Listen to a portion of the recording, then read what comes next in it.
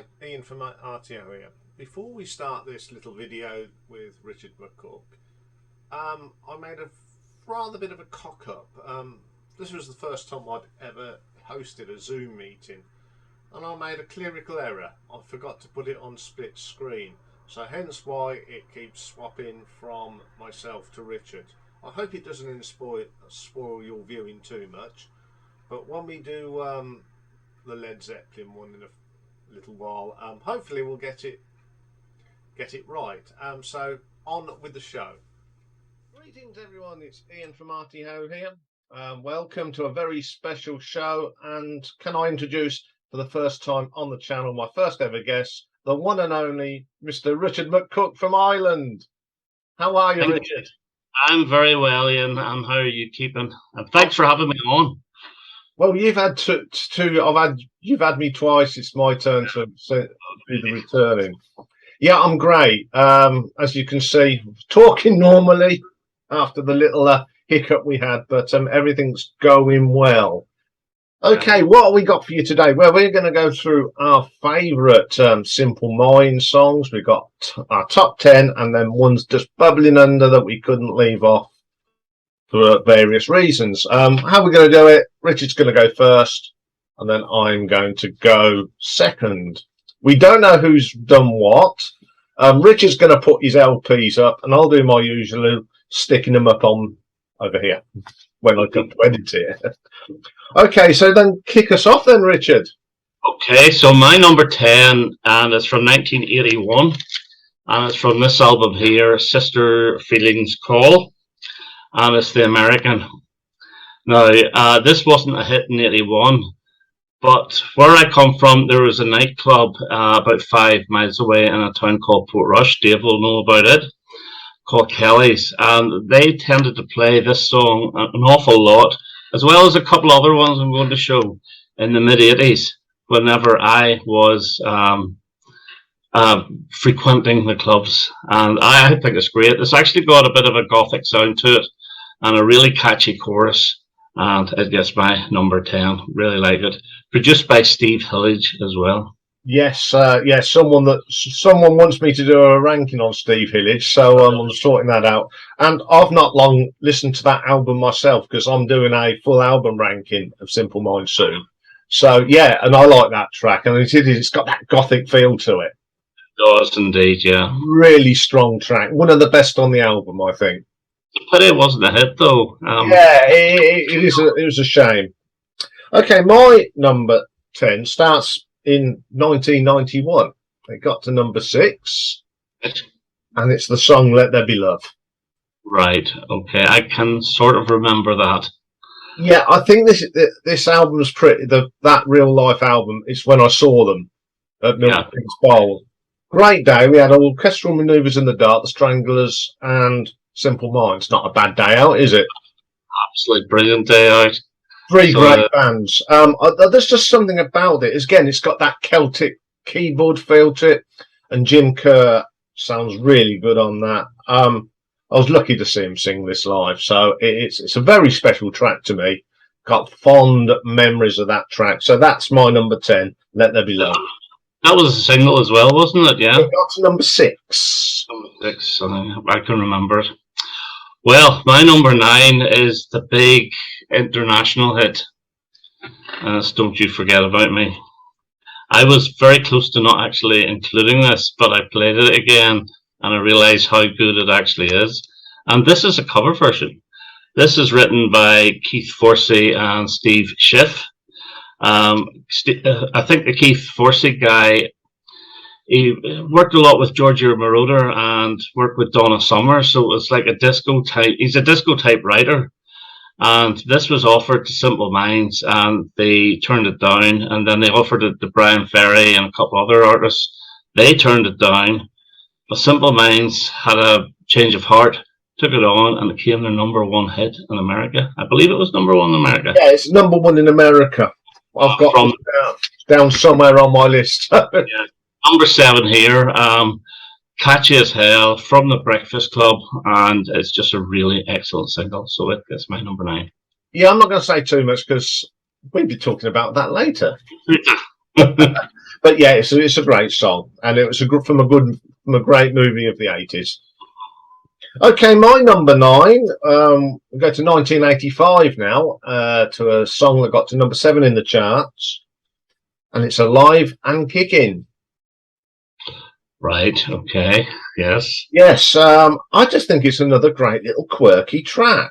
I love the backing of the singing on this. The round, because you've got people starting at different times, and it just really add to the song. I mean, it's got some nice guitar work in there as well, and I think the bass line sort of drives it as well. It's a great track. I can't get enough of that one.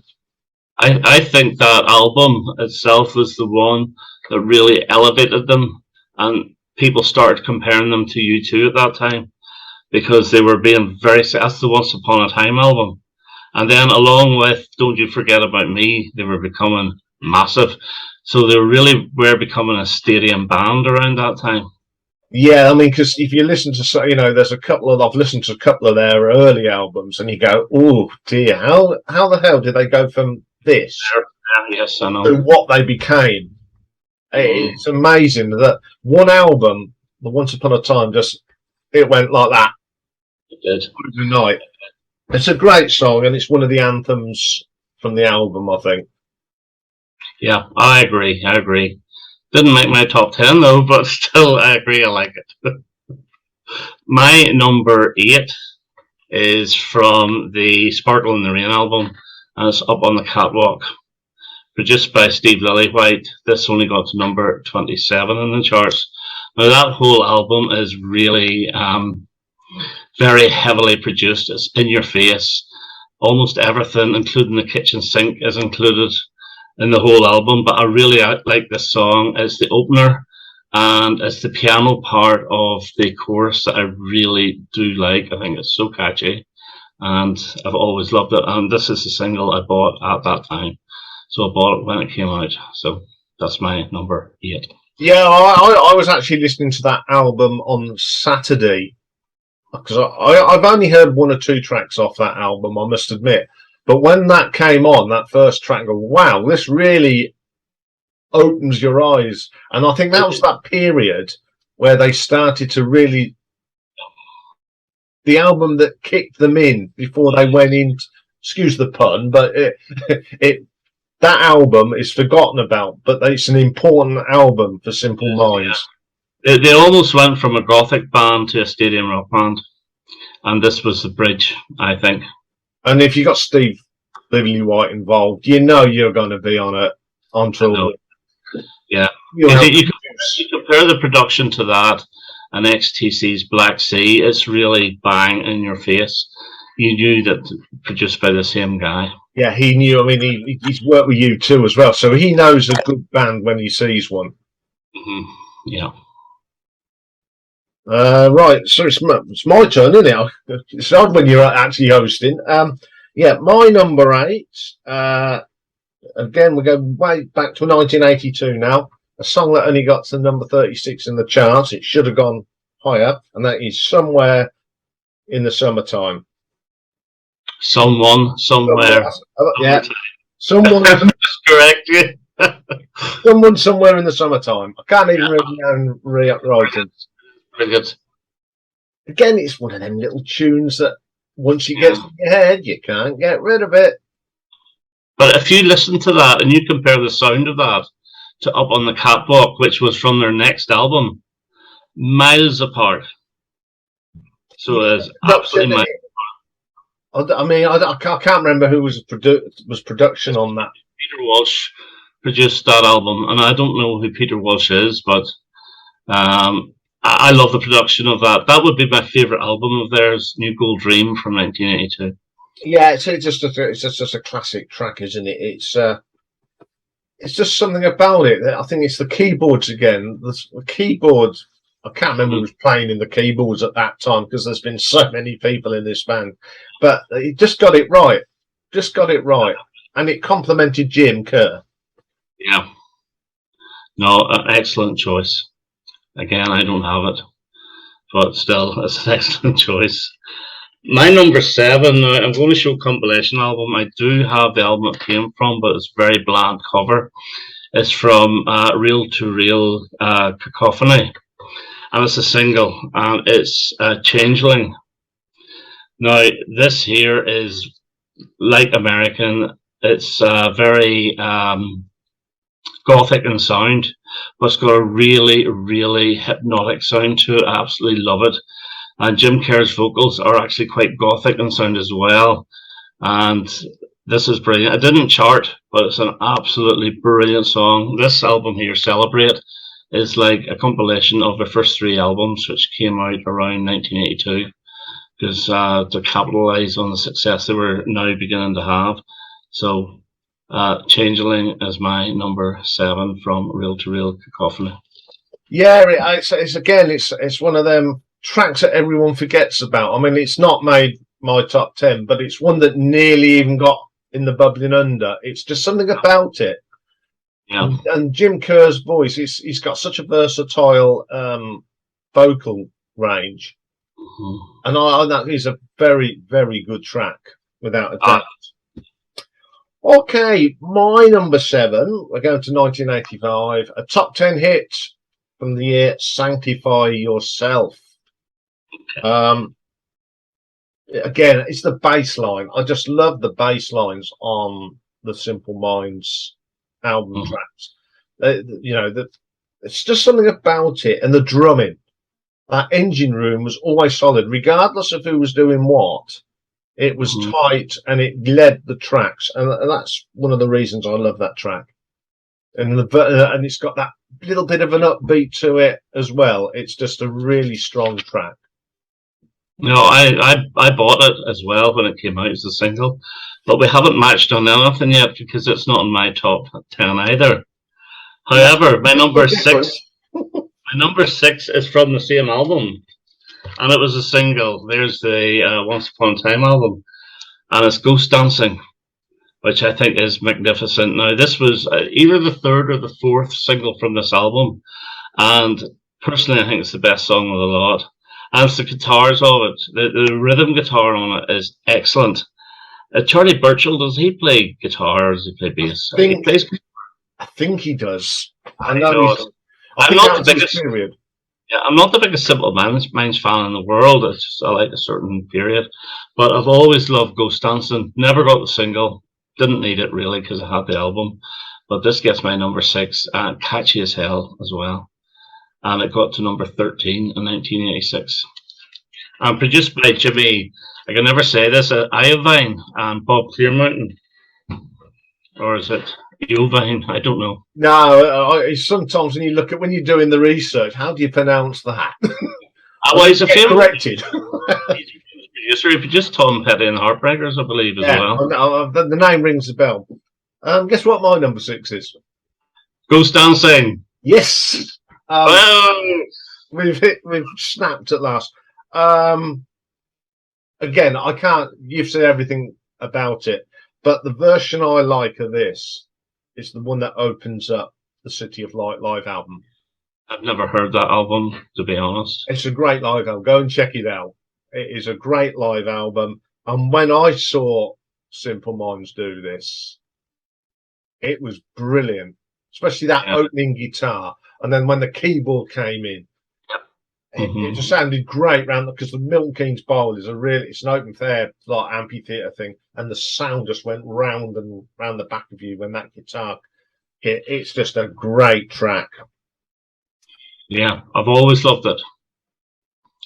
There's something about it, isn't there? It's defined Simple Minds at that time. I remember back to 1986, 87, I had a friend called Louis, and he had that album on tape, and he played it constantly. I didn't even need to buy the album until about a year later, but he played that album constantly, and Ghost Dancing was the one that had to get spooled back to replay, so it was his favourite as well. Yeah, while we're talking about this album, again, I didn't own it until a few years ago, but an ex-girlfriend of mine was really into Simple Minds, and I think that's why I quite like Simple Minds now, because of her. Yeah. And then I went to see them at Milton Keynes, because that's literally down the road from me. I was still want to go to Simple Minds. It was not. I didn't have to think about it. But that album, there's just something about it. Right, my number 5 is an LP track. Ooh. And it is from 1984. From this album here, and it is called The Kick Inside of Me. Oh, I love that as well.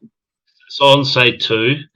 And now this is really in your face. This has got everything, including the kitchen sink and next door's kitchen sink thrown into it. It is absolutely brilliant, and the backing vocals are fantastic.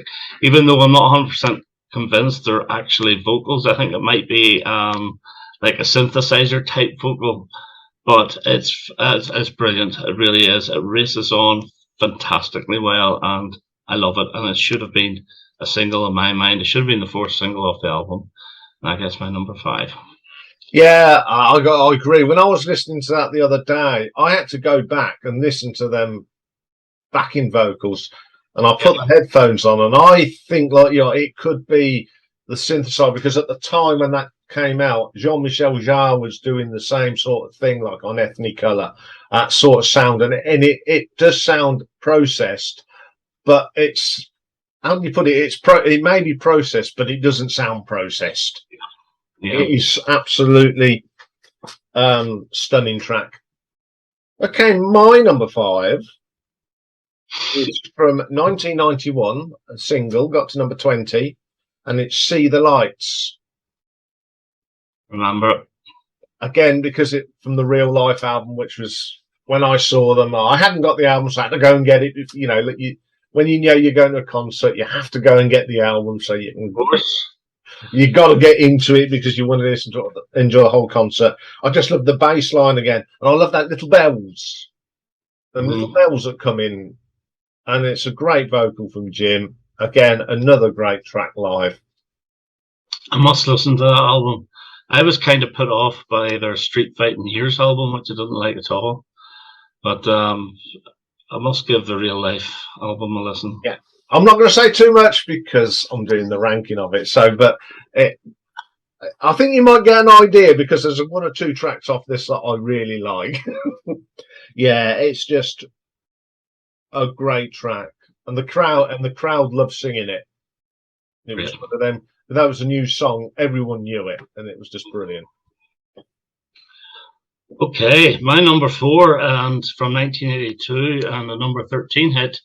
And it's Promised You a Miracle from New Gold Dream. This was actually the first time I ever heard Simple Minds. Well, it's not actually. The first time I actually heard Simple Minds was on an Iggy Pop album called Soldier. And they did backing vocals along with David Bowie to a song called Play It Safe. But I remember this in the charts, and this is fantastic. This also reminds me of Kelly's Club. They played it a lot, and I had to go out and buy it. Thought it was fantastic, really good. And it was the opening single for New Gold Dream. So that's my number 4. Okay, my number 4. We're staying to the same album as number 5. Another single, only got to number 34. And it's the title track, Real Life. I remember that. That, it opened up the show. But what I like about this is the lyrics. It tells a story of a young person in New York City. And it's dramatic. And Jim Kerr really comes across as telling this story about murder and a girl that didn't know what was going on in New York City. And I love the keyboards when it goes Real Life, you know, that little bit really sends tingles down the back of your spine because you can feel that emotion that this girl's going through. Absolutely stunning song. It's one of my favourite songs by the band Full Stop. Fair enough, fair enough. Well, top 3. And my number 3, and it's another one of those tracks that got played a lot at Kelly's nightclub, and it's I Travel from 1980. Now, this is almost like a loop. I wouldn't say it was a disco song, but it is like a gothic loop, and it's so infectious, and it even got me up to dance to it. me, I don't dance, but this actually got me up. I think it's great. Now, this is a reissue of it from about 1983 or so. It failed to chart on both occasions, but have you ever heard this song? I've listened to it once because I'm starting to listen to some of them early albums. Yeah, I think I've got it in my head, but I can't really comment on that one yet. It's from the album Empires and Dance, and it is so infectious. It is like a club sound, but there is a gothic feel to it as well, and it is like a constant loop that goes round and round and round, and I just think it's magnificent. So I Travel is my number 3. My number 3 is one you've already spoken about, from the Breakfast Club movie. I was waiting for that. Don't You Forget About Me. Classic. You've said everything about it. Again, one of them tracks live is brilliant. And the definitive version, again, is on the live album, City of Lights, because, you know, the end bit, da, la, la, la, the crowd just take over. Jim just... Brilliant. And when I saw them, he did the same. He just put the mic up like that, and it went on quite a long time before he said, we better finish this. It's just, and that bass line that goes into that final bit, that dum da da dum da da dum da da dum. I remember where I was standing on the bowl, I looked round and the banks were going like this. Incredible atmosphere of that song, and that's why it's in my top 3. Purely from me seeing it. If it weren't for that, it'd be lower down, but it's just got so many memories for me. I think it's really grown with me. I liked it at the time, but I absolutely love it now. It's really grown in stature with me. So my number 2, and it's from 1984. So I've had 3 songs off this album. The number 20 hit, and it's Speed Your Love to Me. I absolutely love this. Again, this is full of everything. A Steve Lillywhite production. I think it's really, really catchy. And whenever he's saying "You go to my head," or something like that, he's almost screaming it. It's an absolutely brilliant song. Bought it at the time, never got fed up with it, and absolutely love it. So that's Speed Your Love to Me, and it only got to number 20.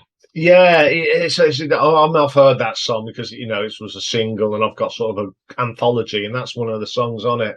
Again, it's so catchy. Yep. And it is, everything's thrown at that. But the production, it's busy, but it's not horribly busy. It's just busy and brilliant. Yeah. Okay, my number 2 is another one that starts off with a really great bass line. From 1983, number 13, Waterfront. I thought you might pick that.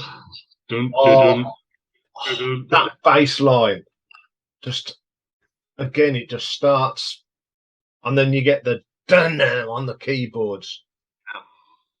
And I love watching Jim Kerr perform this, because when he likes to get down low when he's singing it, it's just a brilliant track. Great guitar work on it as well. I think that's Charlie as well. It's just got that Celtic feel to it. It's so Celtic. Yeah, I do honestly think that Waterfront was the start of the stadium rock for them. And then, you know, they obviously did well with Sparkling in the Rain, number 1 album, but then they just exploded with Once Upon a Time. Yeah, I think the Waterfront was made to be a stadium track. When they were writing this album, I think they sat down, said, right, we got to write stadium rock. And they did. And they delivered. It should have got higher in the charts. It should have. Well, my number 1, I'm hoping yours is the same, but I can't see it.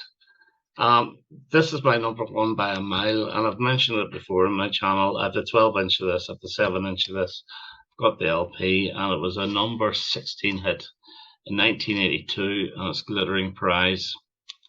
I think this is magnificent. The bass on it is magnificent.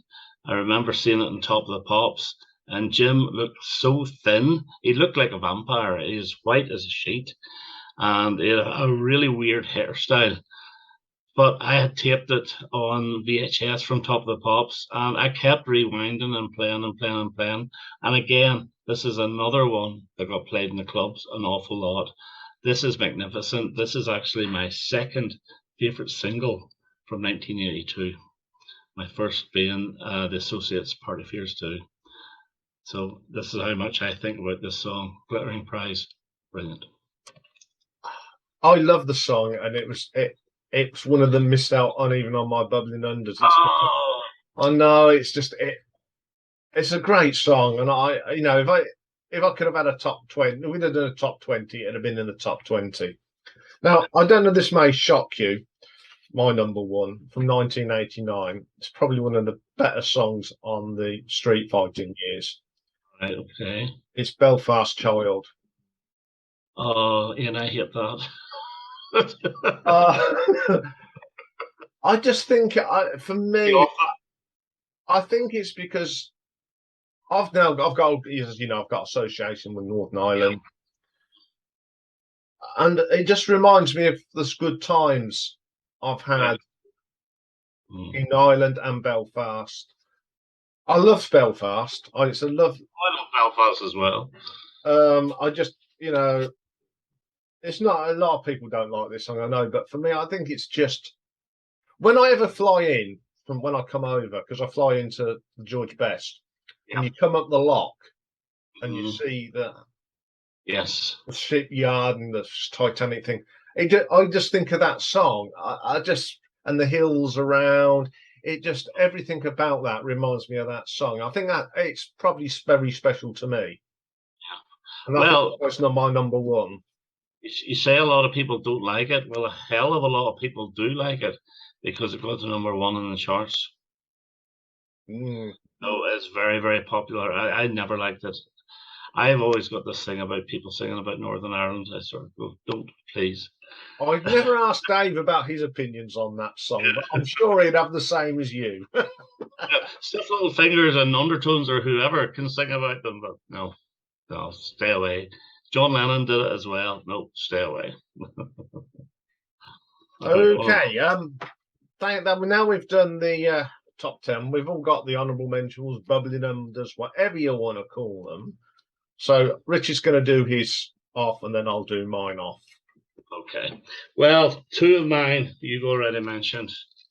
Someone, Somewhere, and Summertime is one of mine.